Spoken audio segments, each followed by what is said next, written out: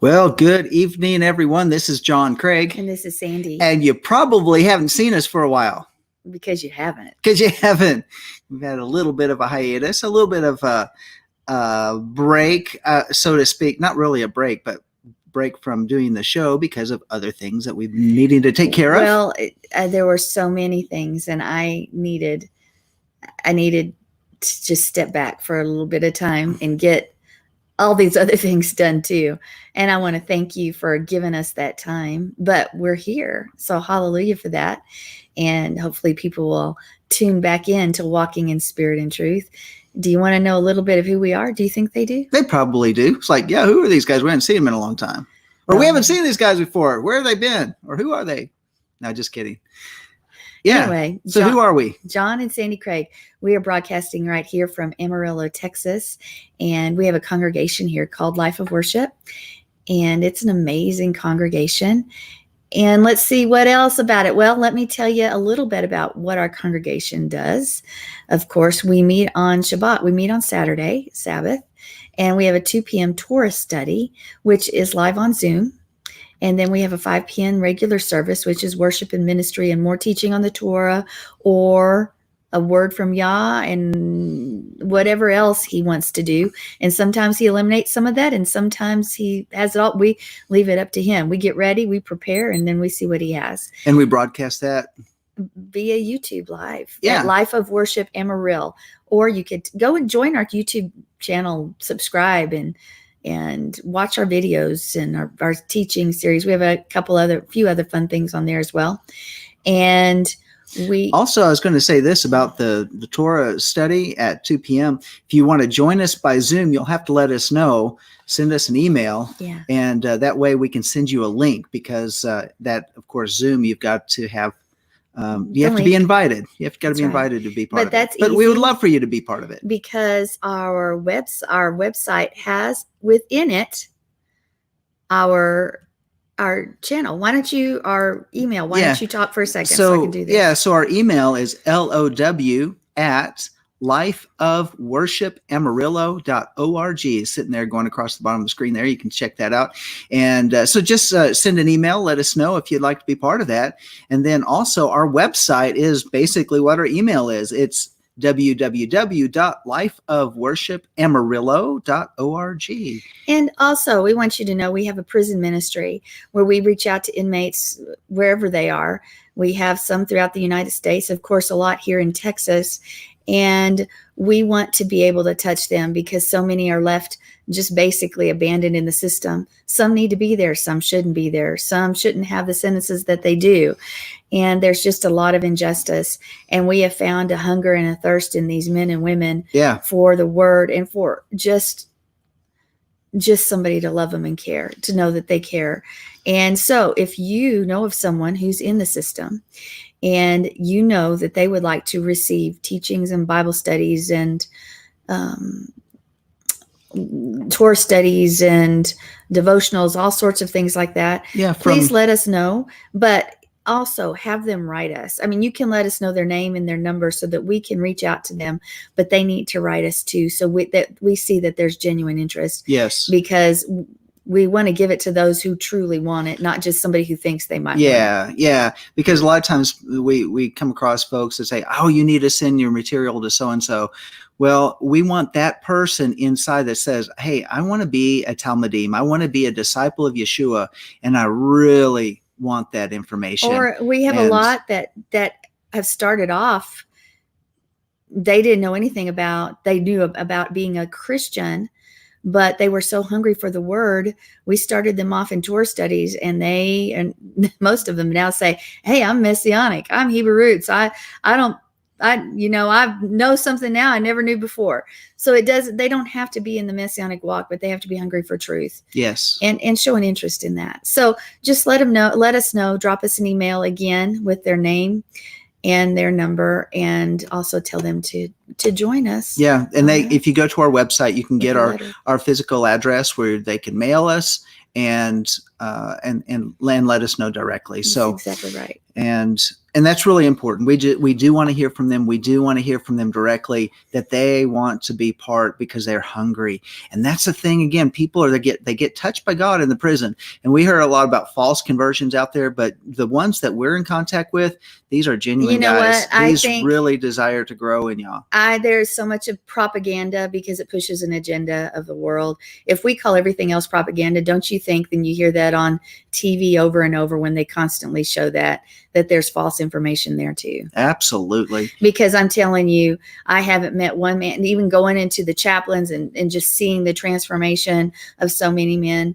You know what? Stop believing what you hear and stop believing that inmates are bad people. You know what? If we had the weight of the justice system come down, we've all broken it somehow, some way. Maybe laws we didn't know, little ones, big ones.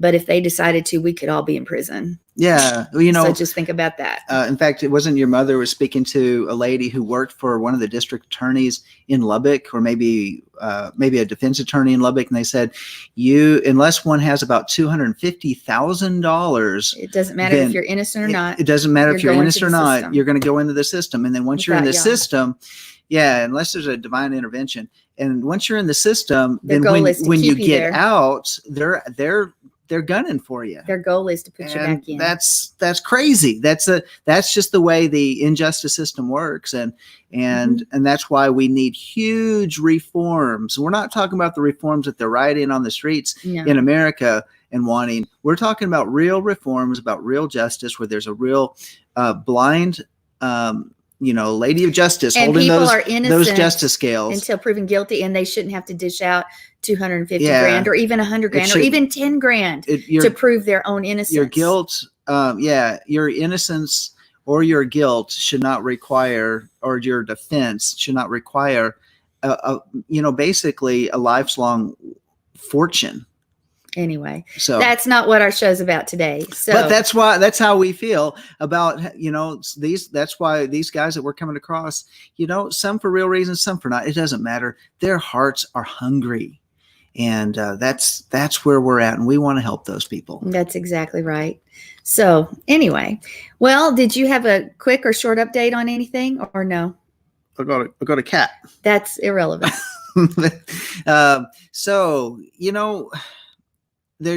There are lots of updates going on right now, and we just need to be praying. We do need to pray for those people that are in position. We need to pray that evil is exposed, that darkness is exposed. There's all sorts of that that's going on. And in addition to that, we need to pay attention to what's happening, by the way, in Korea. I don't know if you know what's happening on the... I don't.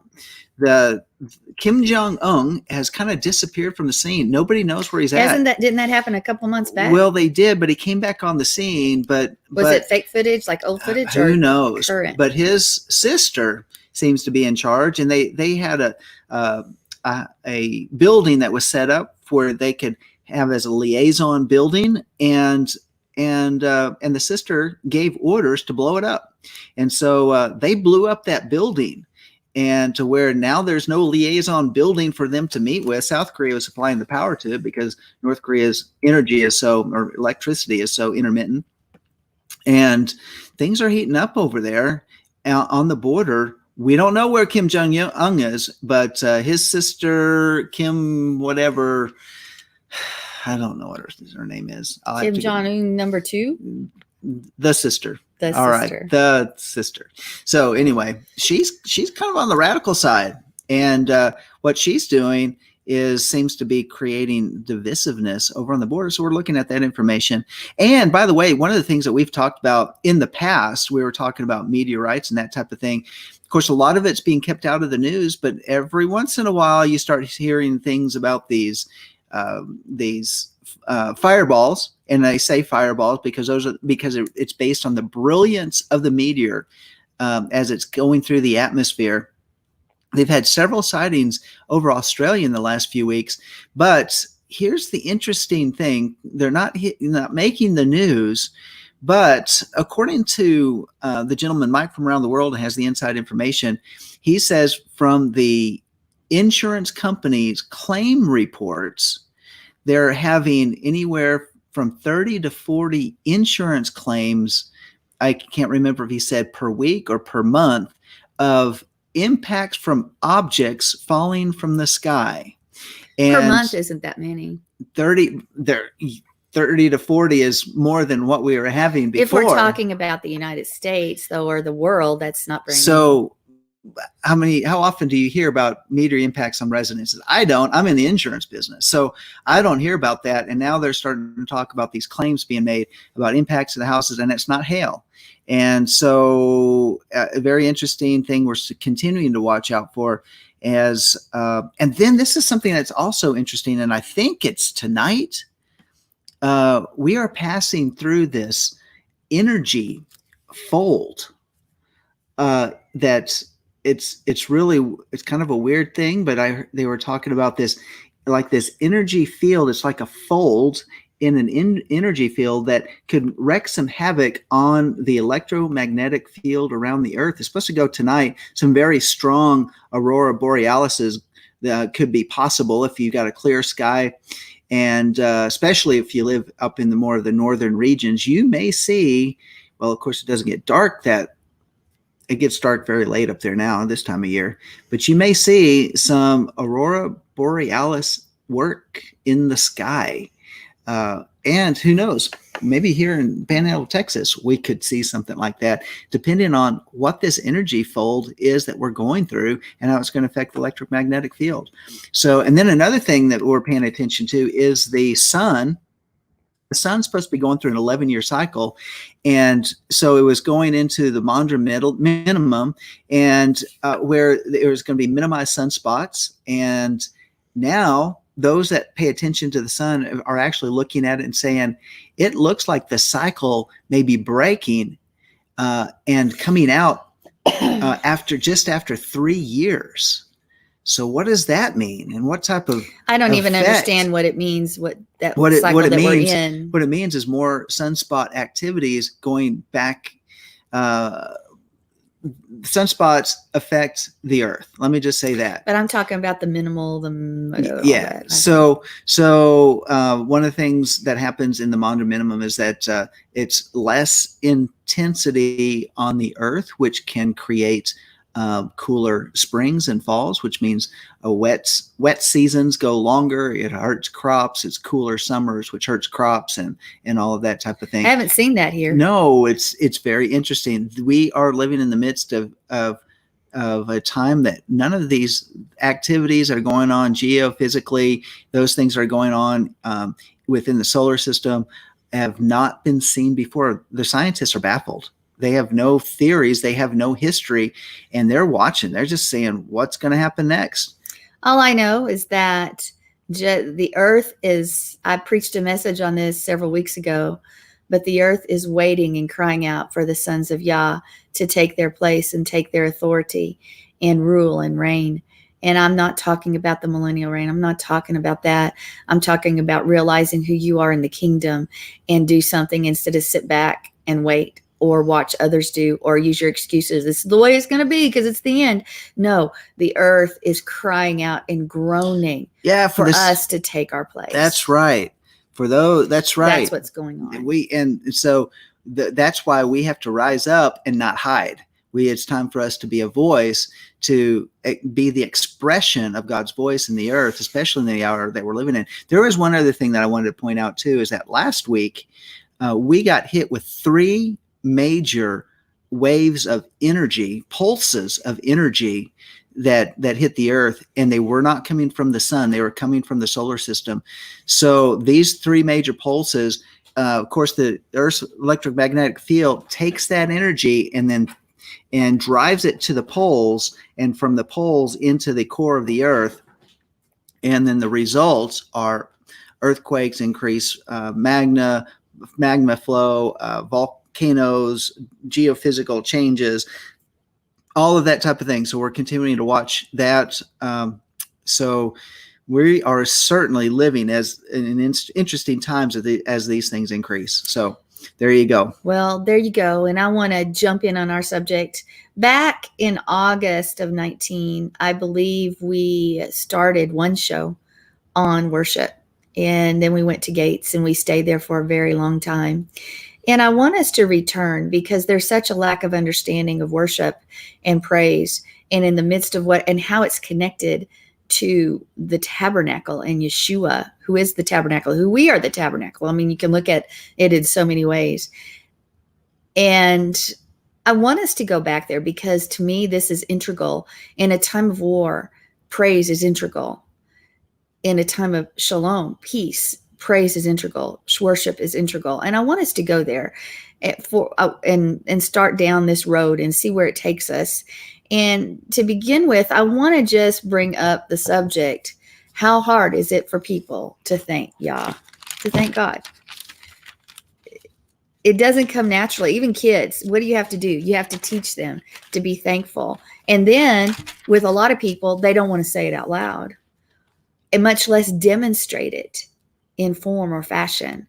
And so I want us to just understand some of the background, connect some of the pieces from the Hebrew roots Messianic movement, also looking at those that call themselves Christians too in the church, because some things they have a lot better handle on than we do.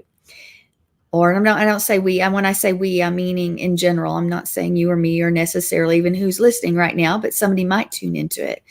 But we need to understand this concept because it is what should fill our day. Our motto is life of worship, is 24/7 worship. And that is really avodah, what work and worship, which they go hand in hand in Hebrew thought. It's not a set place and time that you separate 2 hours out of your day, or I guess for a lot of places that worship in the church, outside of the church, it's 15 to 30 minutes. But in either way it is, we're not supposed to set, and that's our time of worship. No, our worship should be 24/7. And we've got to understand that if we want to see Yah move on our behalf in this day and this hour, when the world is falling apart around us, we need to live a life of worship. We need to live a life of thanksgiving. We need to live a life of praise. We need to understand why and how, and correct our posture before Him and our posture before one another. You know, it makes me think about something there, Sandy. And one of the things that's connected with worship is, of course, has to do with the sound of our voice. It has to do with really frequency. And if you think about the frequency, and which, you know, when God spoke, what did He speak? What it came out, there's a frequency that came with that. And I'm just thinking about how 5G, how even how most songs in America are all tuned to a particular frequency of 440, and how with all of the things that are going on, especially with the rioting, with things that are so negative in our culture, it's frequency. And we have to reset our frequencies. In fact, in worship, at Life of Worship, we reset our tuning. We don't even tune to what the rest of the United States tunes to, because it's not healing. Yeah. It's actually the tuning the United States adapted in our instruments. We tune to what the Nazis tune to. We tune to what Israel tunes to.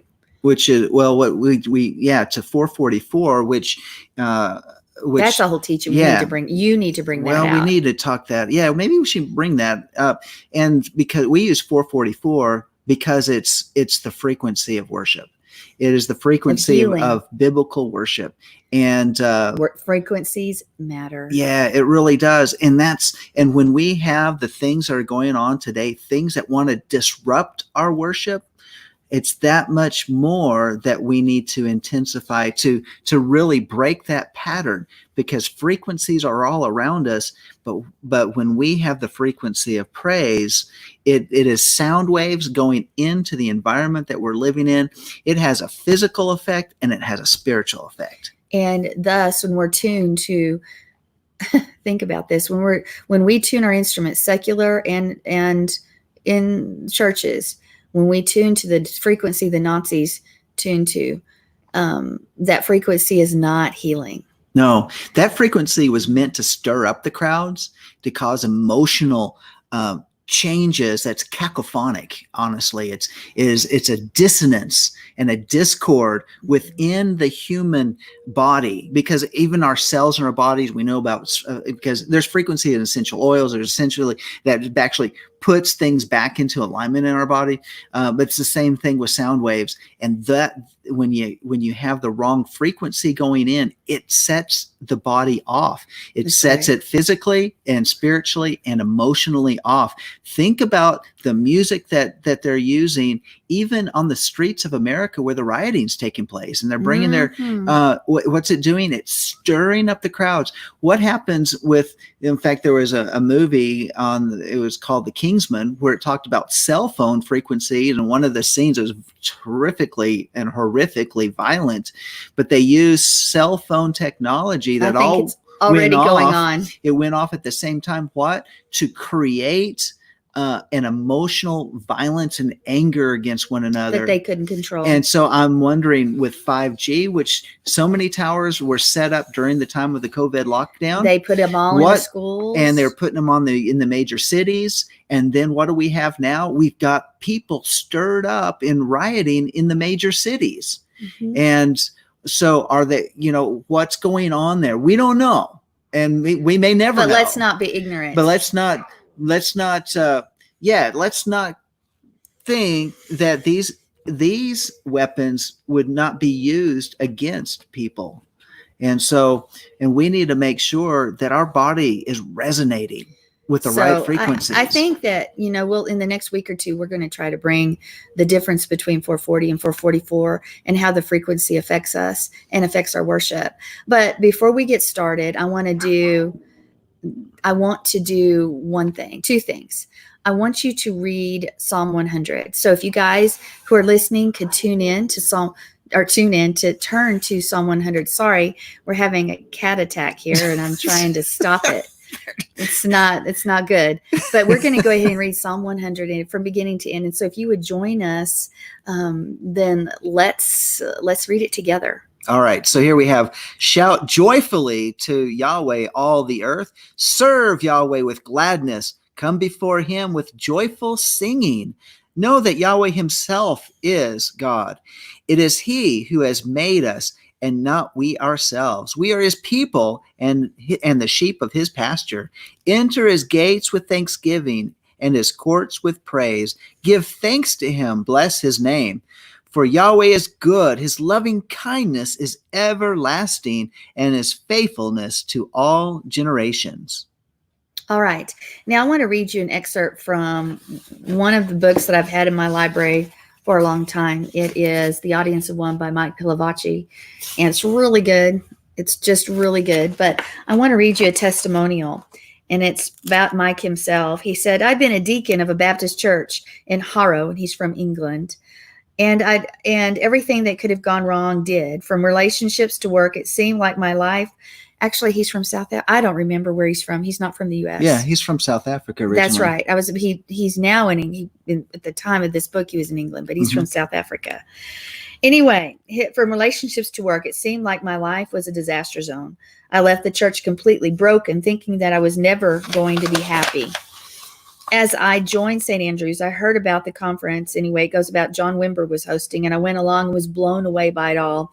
He was funny. His teaching was brilliant. I had never heard anything like it before, and the ministry times were amazing.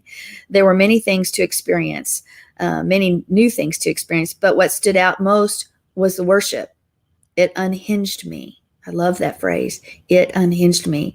I spent a whole part of the week just crying and snuffling my way through songs like Isn't He Beautiful and Hold Me, Lord, in Your Arms. Many of the songs were incredibly simple and yet totally intimate. As I worshiped, I found healing for my soul. Intimacy set me free. Finally, I found a way of expressing a relationship with God where I could feed on the truths that I desperately needed to hear, that God loved me, he forgave me, he liked me. As I drank it all in, I began to want more, as if I had woken a thirst deep within. Okay, guys, I don't know if you have ever been a part of a worship service that was just intimate, that Again, I'm not talking about, so we did fast song. I'm not talking about that. I'm talking where people are sold out to him, not concerned about when the message is going to come, or if there even is one, that aren't concerned about who's doing what, the flag's going on, or people are being inappropriate, where they're totally sold out. But once you've tasted it, you thirst and you yearn for more, because there's an intimacy and a power that is so present. It's almost like, because Yahweh does inhabit our praises, and we're going to talk about that, what that means in the Hebrew. But you can feel like there's a river that's going on, and you can go to service and nobody even has to lay hands on you. When you're worshiping, there's healing, there's deliverance. Now that can happen too in the midst of it. There's words that flow, and there's a reason that stuff usually flows out of worship, and it's devoid in most Messianic and Hebrew root circles, because we leave out worship. Or if we call worship singing a few songs. That's not worship. And worship is when you're sold out. Worship is not the act of singing a song. Worship is not just the act of speaking the word. Worship is not just the act of doing a motion because that you're expected to. Worship is out of the abundance of your heart. Unhinged. I think that's a word David would have used, and what David did do when he says, I'll be more undignified than this. Unhinged for him because of praise.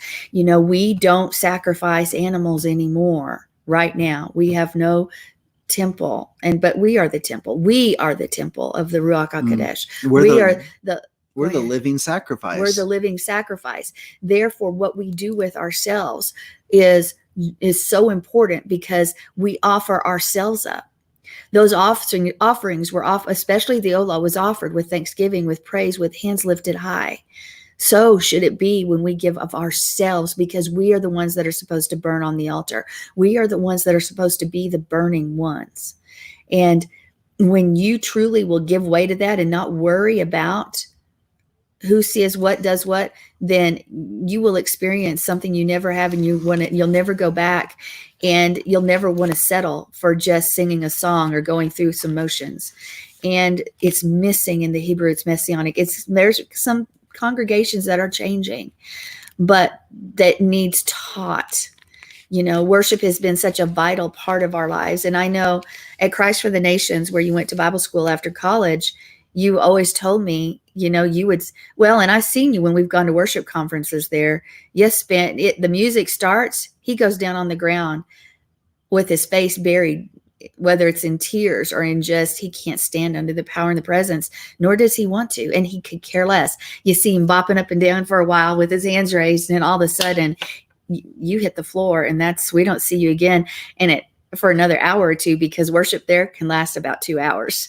So, and it's not enough. When you don't even know 2 hours have passed, it's still not enough. Yeah. Oh, I tell you this, my first time I went to Christ for the Nations, and we had chapel every day. Well, chapel was mainly worship before we went to class. And I'd get there, that the music would start, and the tears would just flow from it was like I was a mess during the entire time of worship, because the presence of God was there. It was so healing. It was so refreshing. It was so renewing. It was like the power of his presence just caused my heart to melt. It's intimacy like that is really that connection of a living relationship with our Father, whose love is everlasting. Just like we read, it endures forever. I mean, the English language doesn't even give depth to it. No. So, but worship is where our hearts are captured by his presence. It's like Isaiah, and I always use this example in Isaiah chapter 6, where Isaiah says, I am undone. Right. Because in the presence of God, what do you do? I mean, when we see John, who comes in the presence of God in the book of Revelation, what happens? He falls down. And he has to be lifted back up, because he is just overwhelmed by the weightiness of the Chabad, the glory, the kavod, the glory, the weightiness of the Oh, presence the weightiness of of the presence of Yahweh. And it's not like a heavy weightiness like that's in this world. It's the weightiness of such divine presence, of divine pleasure, of divine goodness. But also teshuva. There's teshuva involved in it. Well, because you see the face of God, you go see repenting. you come into this place of such holiness and purity that everything else just can't stand. It just gets pressed out of you. You're like, Father, I'm so sorry. I haven't given myself to you. And I want to encourage you, if you're a part of a congregation that doesn't worship, if you believe Yah has placed you there, then try to talk to them. Try to bring in some people that understand worship, or find a place that does worship and make that a secondary part. Maybe it's on Sunday morning, or find a congregation that worships, that's full of the Spirit and the gifts and praying and for people and ministering to people, as well as teaching the Torah and the testimony of Yeshua. That we've got to have all of it in this day and this hour for the days ahead.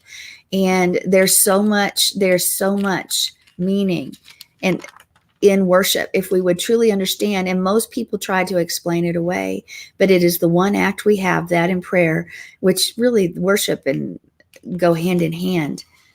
And Laura, you said you have no congregation. Well, you know what? You can tune in with us every week. Life of Worship on YouTube. Yes, we would love to have you. We have others that are from different places throughout the United States that have that join us, and you are so welcome to be a part of that. And maybe we can meet you one of these days. So I'm not sure from where you are. You're from New York, okay? But we would love to have you as part. But anyway, we need to connect the dots, and we need to live like this. And Psalm 100 is powerful. Psalm 100 verse 4, we've talked about gates and praise and thanksgiving and worship, and briefly, but we're going to go into a lot more depth. But before we do that, we're going to do this first. I want us to look at some different worship terms, and we'll go into more depth of them later. But what is the meaning of English worship? We need to look. So we look at some different Hebrew words. And as I said, we'll go into more depth in them in some other teachings. But we have shachah, which is the Hebrew word for worship. We have proskenio, which is the Greek word for worship. Halal, which they say means exuberant praise. And shabach, which is loud praise. And tehillah, a word for song of praise.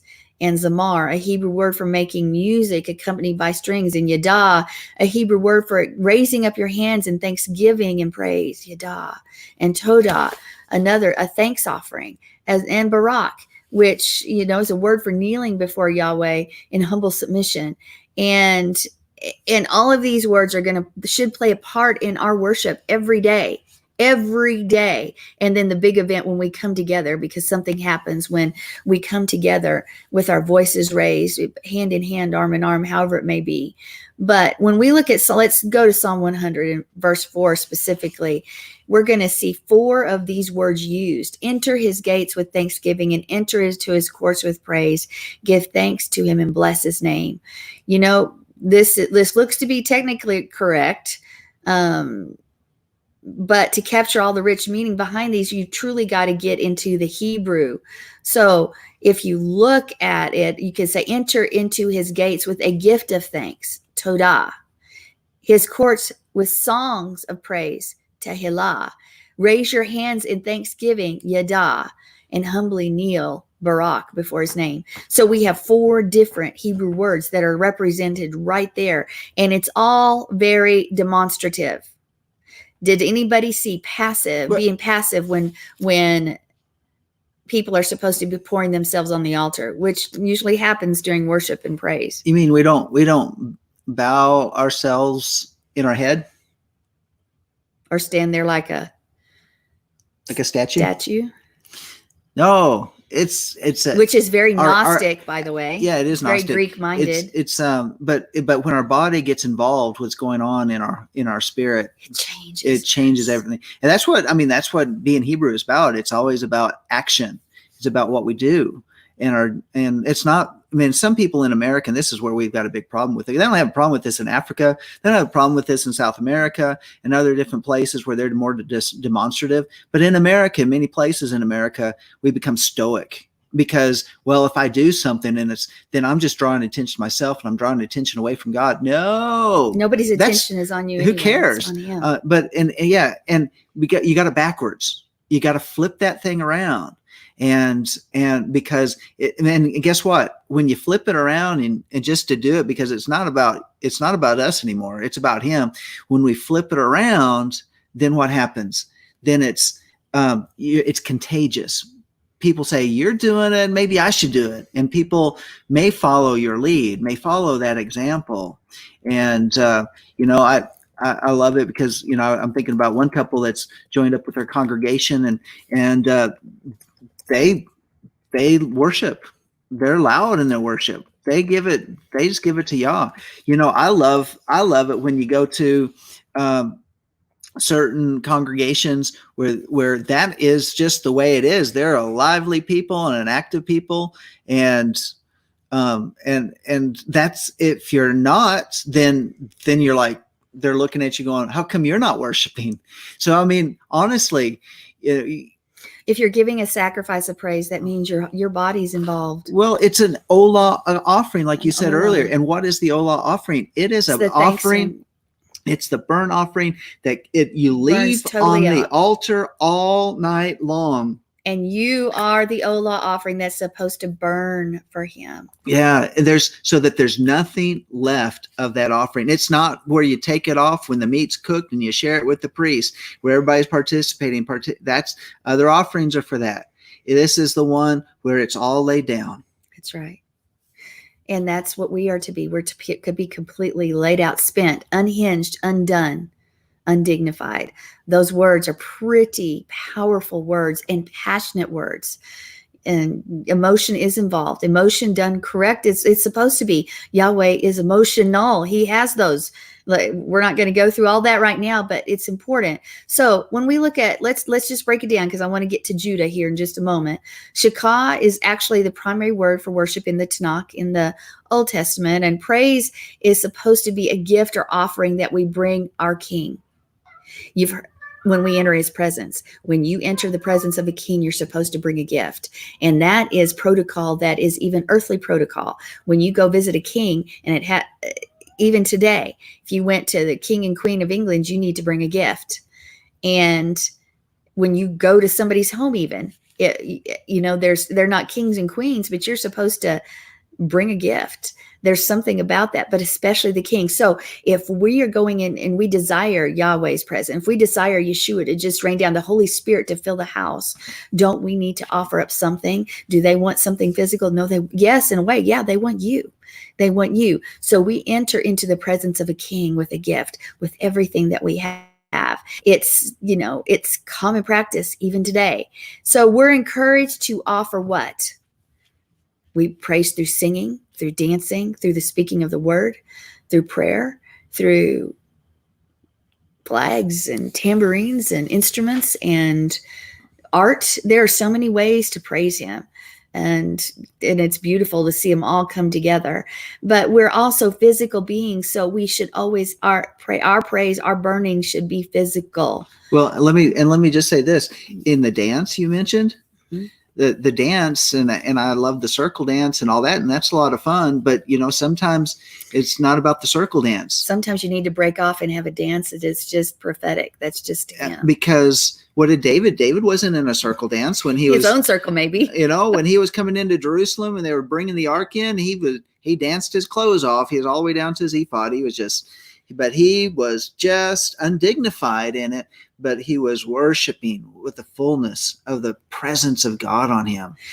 I mean, that's so right. Much. Even remember, think about this. His own wife thought and spoke negatively about that, and she was cursed in her womb because of that. She became unfruitful. So should we ever sit back and say, I can't believe they're worshiping like that? Really, it's a judgment on us if those thoughts even go into our mind, because we shouldn't be watching. We should be demonstrating. We will become barren, and we don't want to be barren. Yeah.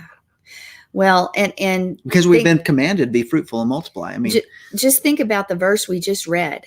In it, we had kneeling. In it, we had hands raised for worship, for praise. So it just in one verse of Psalms, and Psalms is all through it. It's all throughout the Psalms. It's even in the Old Testament. You just have to know how to look at it. So as well as the New, but we know that those verses specifically talk about raising hands and kneeling or bowing or whatever you want to say. But we also bless Yahweh by submitting ourselves to Him. Remember, our will is no longer what we want is really irrelevant because we become bondservants, children of the King. And it's all about he now has us. It's what does He want? But there's this progression in this verse. Enter His gates with thanks. Enter His courts. Read it to us. Yeah, I will enter His gates with thanksgiving in my heart and enter His courts with praise. Give thanks to Him. Bless His name. There is this progression in this verse. We come to Yah's gate and we offer our thanks and we walk into His court singing praise, and then we approach His throne with our hands lifted high, both in thanksgiving and praise. That's like surrender. Having your hands raised is like surrender, but it's also spiritual warfare. And then we can no longer stand in His presence and we kneel at His feet. That's a picture of worship. Now, you may say, okay, whatever. That's just not what I believe. Well, I'm so sorry. But let's just do a short little look at what happens if we're in battle. Are you guys in battle today? Do you have obstacles that you're trying to come, situations in your home life, in your work life, in your family life that you're trying to rectify? Well, let's see how this is supposed to be approached. Okay. Let's see how we come before Him. Let's turn to Chronicles, 2 Chronicles. You can specifically tell me. I don't want to just read a verse or two about war. I want to look in your 2 Chronicles and okay. Did you 2 Chronicles 20? Oh, 20? Yeah. Okay. And if you will sort of look where the headline starts, because I want to read that whole passage. All right. 2 Chronicles 20 with Jehoshaphat prayer. Okay. And the enemy destroys himself? Yes. Okay. All right. So, well, can you give a little background on what's happening? All right. So basic. Yeah, go ahead. No, go ahead. So basically they're coming up against the sons of Moab. So great and enemy. the sons of Ammon and or Ammon and the Menuhites and it's a great battle. They've been called to join together and it's bigger than Judah itself. Impossible without Yahweh. That's right. At least it seems that way in the world's eyes. Yeah. So how do you fight? How do you fight an enemy like that? So Jehoshaphat says, hey, how are we going to do this? He prays. He brings in the prophet, asking the prophet, what do we do? And who comes back and says, you need not to fight in this battle. Station yourselves, stand and see the salvation of Yahweh on your behalf, O Judah and Jerusalem. Do not fear or be dismayed. Tomorrow go out to face them, for Yahweh is with you. And that's verse 17. So then it jumps down to verse 19. It says, and the Levites from the sons of the Kohathites, and of the sons of the Korahites stood up to praise Yahweh Elohim of Israel. What did they do? They stood up to praise. So they didn't even do it in the sitting down posture. Yeah. And that is that word stood up to praise is the word halal, which you talked about, which is. We're going to go into that all right? later. And it says Yahweh Elohim of Israel with a very loud voice. Okay. So did they praise like this? They stood and go. Oh, yeah. Right, no, it was loud. Right. It was boisterous. Everyone could hear. Everyone could see. And then in verse 20, it says, and they rose early in the morning and went out to the wilderness of Tekoa. And when they went out, Jehoshaphat stood and said, listen to me, O Yehudah, and inhabitants of Jerusalem.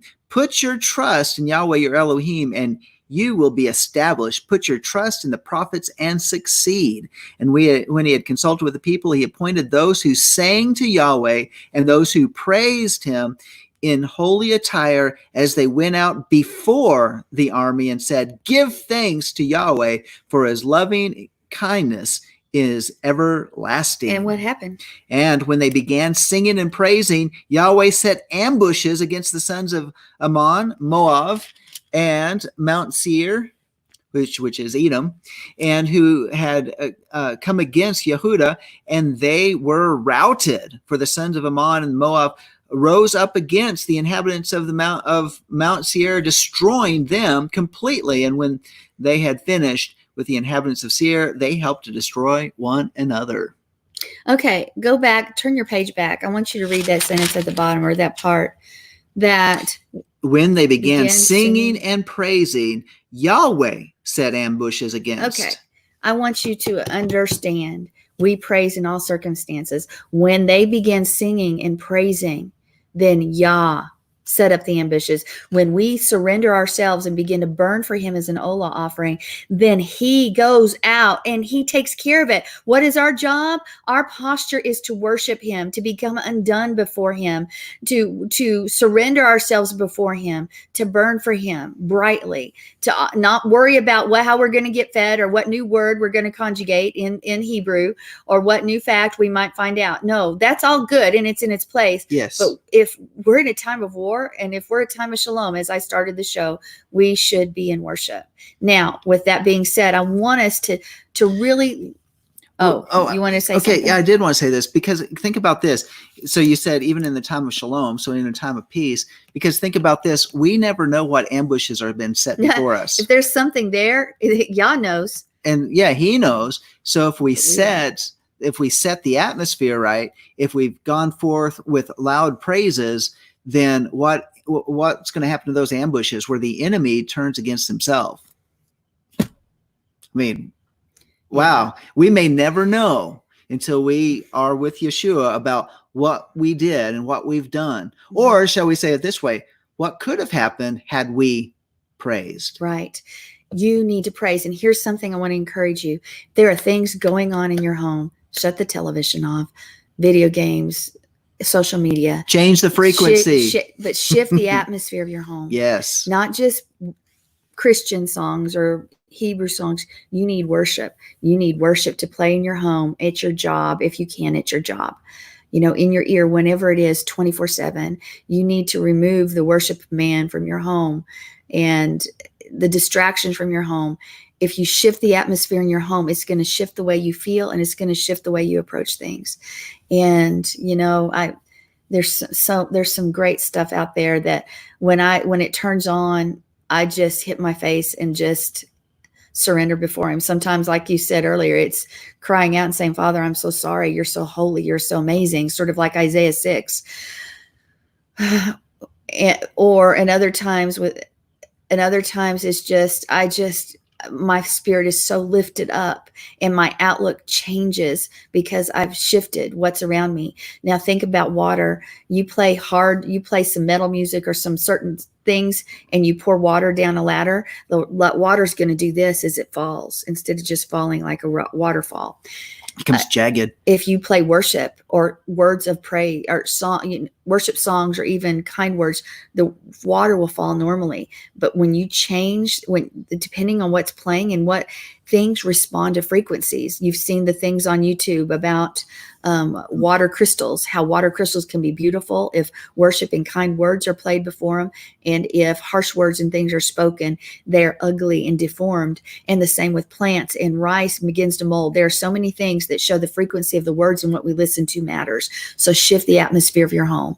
Now, with that being said, I want us to jump into continue to look at this word Yadah, because there's controversy over Yadah, but it is spelled with a yod, a dalet, and a hey. Okay, yod, dalet, and hey, and every word means something. Maybe we can break it up into the paleo. I don't know that we'll have time this week, but it means to lift up your hands in praise, and it's so descriptive of the nature of Yah's. It's supposed to be how we follow him, how we live our life with our hands in surrender, but especially when we, like I said, worship involves our service as well. It's a 24/7 thing, but specifically, man, Yadah, raising your hands, that's a posture before him. And especially we should be doing it when we're giving him praise and honor and glory and worship, because it's so descriptive. Let's read Genesis 29:35. Genesis 29:35. You can turn there, everybody. Let's hear those pages rolling. I got a non-electronic Bible here because I like it. Okay, 29:25. Yes. All right, it says, so it came about in the morning that, behold, it was Leah. And he said that, behold, and he said to Laban, what is this you have done to me? Was it not for Rachel that I served with you? Is that 29:35? 29:25. Do you want 35? Yeah. 35. Well, let's go there. That might be a better verse for that what we're talking about. What we're talking about. Yeah, a little that bit other verse is probably good for another topic. All right. Okay. All right. And when she conceived again and bore a son and said, this time I will praise Yahweh. Therefore she named him Yehuda. Then she stopped bearing. Okay. And if you read what it says and you break it up, what it means, and she conceived again and bare a son, and she said, now I will praise Yahweh. Therefore she called his name Judah or Yehuda and left bearing. Now I will praise. I will praise. There's a reason. We all have a reason to praise. I don't care if life seems to be messed up. You still have life. You still have breath. Look at the circumstances of what you have and not what you don't have, and praise him for those things. Praise him for those things. Now, when we look at the tribe of Judah, when we look at the tribe of Yehuda, we always see them leading. Why do you think Judah leads? Because because the praise goes first. Praise always precedes everything if we want to be successful. Judah goes first. Judah always leaves the 12 tribes out. And, praise leads us. Jehoshaphat's is victorious over Ammon and Moab because he sent praises first. The Levites praised first. Judah, which means hands of praise too. So you're looking at now I will praise, but it also means hands of praise. Judah led the children throughout the wilderness. The hands of praise lead. Let's look at Numbers 2:9. Numbers 2:9. And I know we're coming down on time, so we're gonna finish this off and then continue next week. But Numbers, let's read that together. Numbers 2:9. Okay, I'm getting there. Okay, 2:9. All right. The total of the numbered men of the camp of Yehuda, 186,400. By their armies they shall set out first. And my version says, all that were numbered in the camp of Judah were 100,000 and 400,000 and 6,400 throughout their armies. These shall first set forth. Yeah. So basically, those who choose, if you choose to lift up your hands in praise and obedience to the God of Israel, to Yahweh our Elohim, to Yeshua, then you are joining with Judah in the eyes of him, because praise goes first. Praise goes first. Always. What is in your life? Is your life full of criticism and doubt and unbelief? Are you calling things that you see? And yeah, they may be reality. They may be a reality to you, but is that what your focus is? Is that what you're repeating over and over? Or do you call things that are not as though they are? Do you lift up your hands in praise? Do you choose to look at what you have and not what you don't have? Do you choose to look at the circumstances around you, even if it's just one, and praise him for that one? And by the way, we have more than one, because we can't live in this hour when the riots are going on and the people in the media are twisting things that are happening and trying to just bring everything down as we know it. Though 1,000 may fall at our side and 10,000 at our right hand, it will not come near us, because we have shifted the atmosphere, because our focus is on him. We don't trust in the circumstances around us or what's happening. We stand with our armor on, with the praise in our mouth, and we praise him for what we have. And he goes out. Remember, he sets the ambushes. Let's read 1 Peter 2:9. All right. So, but you are a chosen race, a royal priesthood, a holy nation, a people for God's own possession, that you may proclaim the excellencies of him, or show forth his praise. Forth the praises of him who has called you out of darkness into his marvelous light. So he says right there, we're to show forth his praise. That's what we need to do, folks. And this is just the beginning. This is just basically part 2. You have to go back to August to hear our first part, but we did Gates, which was about that too a little bit. But anyway, we are so glad that you've joined us this evening, and we will continue this discussion next week. Hey, please like and share. Also come and join our YouTube channel and join us for services. If you don't have a place, then you can't get to Amarillo, Texas, then join us online for our tour portion and our services both. And we would love to have you. Drop us you can look at our website and get our email. Right. You got our email there. Our website's there. You get our email. You'll have a physical address if you go to our website. But also, if you want to join us for our tour portion, you'll want to send us an email so we can make sure you're included in the Zoom and be part of that discussion as well. We would love it. Anyway, we are so blessed. I want to also tell you guys that the Feast of Tabernacles is coming up October 2nd. And we are going to be celebrating it in Amarillo. Well, Life of Worship and those around the United States and beyond will celebrate it. Canada, everywhere else that want to celebrate with us, we'll be celebrating October 2nd through the 10th, which is Friday through Saturday. And we would love for you to join us. We will have teachers and teachings, and meals we're going to be in with the registration cost, except for a couple of them. And we're going to have talent night. We're going to have archery. We're going to have mikvah or baptism. We're going to have so many different things, RVs and tents, and it's beautiful.